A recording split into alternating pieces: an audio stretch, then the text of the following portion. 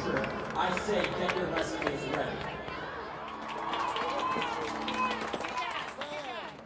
My name is Samantha Fuentes, and I am a survivor of the Stoneman Douglas school shooting. It is as if we need permission to ask our friends not to die. Lawmakers and politicians will scream guns are not the issue, but can't look me in the eye.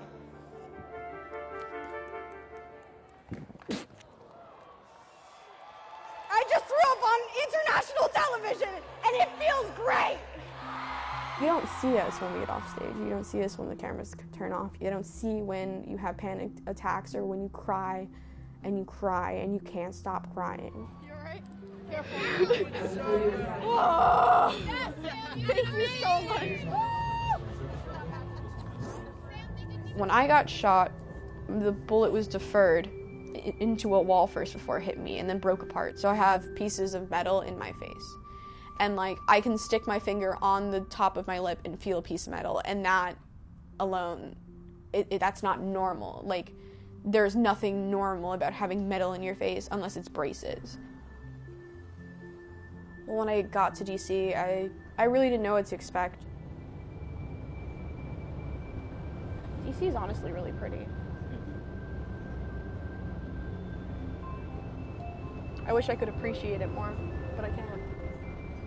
I feel like sometimes I'm not the right person, or maybe this isn't my job, or maybe as an 18-year-old, like this isn't the path that I was supposed to take.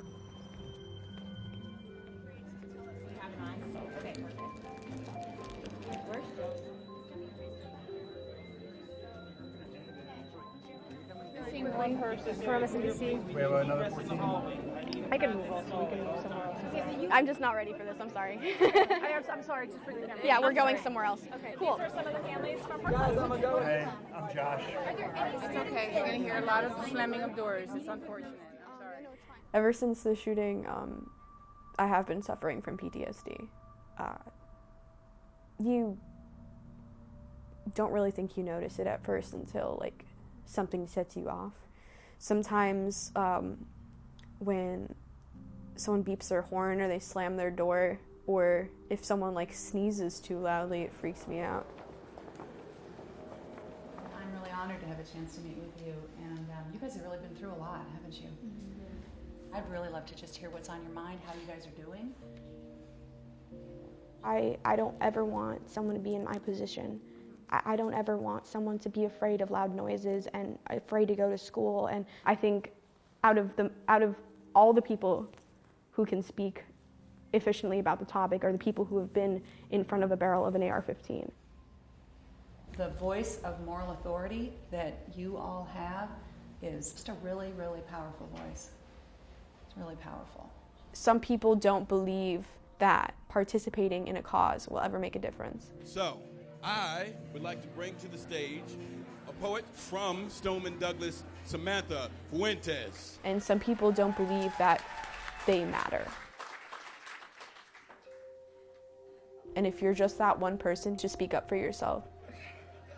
Just having those ears available and having those faces to look at and to speak to is the first step. Can my present love reach the past tense? Does loving the dead make any sense? I love you. I love you. I love you. Will you come back to this place? I feel like I've been changed, like maybe not like yes, maybe physically, but like I feel like something more is there, like when I look at myself. Like there's this feeling that I really can't wrap my head around that like just confuses me, and like it always happens when I look at myself in the mirror, and like I have to realize that I'm not the same person and that I had no control of that transformation. Today is March 24th, March for Our Lives. Protect our schools like we do our other government establishments. And one more request, listen.